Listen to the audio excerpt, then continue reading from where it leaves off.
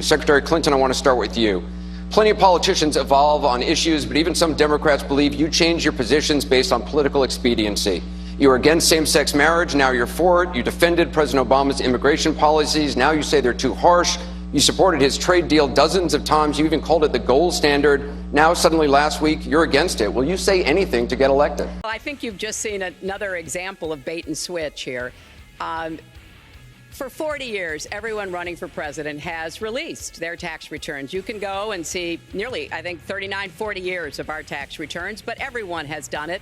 We know the IRS has made clear there is no prohibition on releasing it when you're under audit. So you've got to ask yourself, why won't he release his tax returns? And I think there may be a couple of reasons. First, maybe he's not as rich as he says he is. Second, maybe he's not as charitable as he claims to be. Third, we don't know all of his business dealings, but we have been told through investigative reporting that he owes about $650 million to Wall Street and foreign banks. Or maybe he doesn't want the American people, all of you watching tonight, to know that he's paid nothing in federal taxes, because the only years that anybody's ever seen were a couple of years when he had to turn them over to state authorities when he was trying to get a casino license, and they showed he didn't pay any federal income tax. I will say this. We have a situation in this country that has to be taken care of. I will release my tax returns against my lawyer's wishes when she releases her 33,000 emails that have been deleted. As soon as she releases them, I will release my tax returns, and that's against my lawyers. They say don't do it. I will tell you this. No, in fact, watching shows, reading the papers, almost every lawyer says you don't release your returns until the audit's complete. When the audit's complete, I'll do it. But I would go against them if she releases her email. So it's negotiable. And as for these Trump tax returns, so what if he didn't pay federal income tax? He didn't break the law. That's Hillary's area of expertise. You could put half of Trump supporters into what I call the basket of deplorables. When Hillary Clinton says I'm out of touch, I just have to remind people of the track record. So now this is Senator Clinton. This is the same person who has taken more money from lobbyists than any other candidate, Democratic or Republican.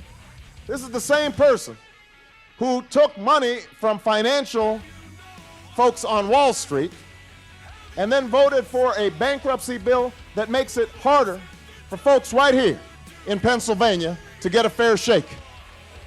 This is the same person who spent a decade with her husband campaigning for NAFTA and now goes around saying how she was opposed to NAFTA. This is the same person who says she's voting for the Colombia trade deal. Turns out that her top advisor, her top strategist, was working for the Colombian government to get the bill passed.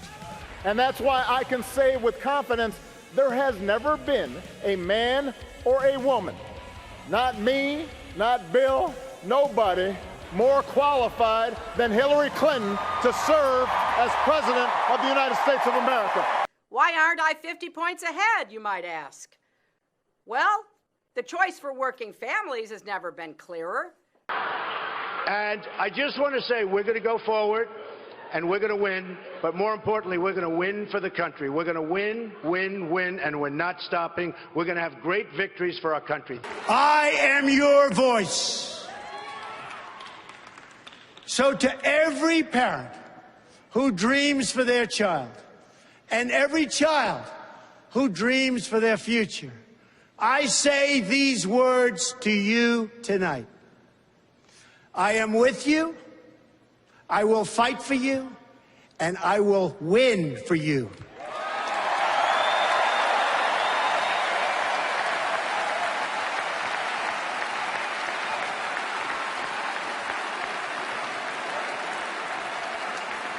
And we will make America great again.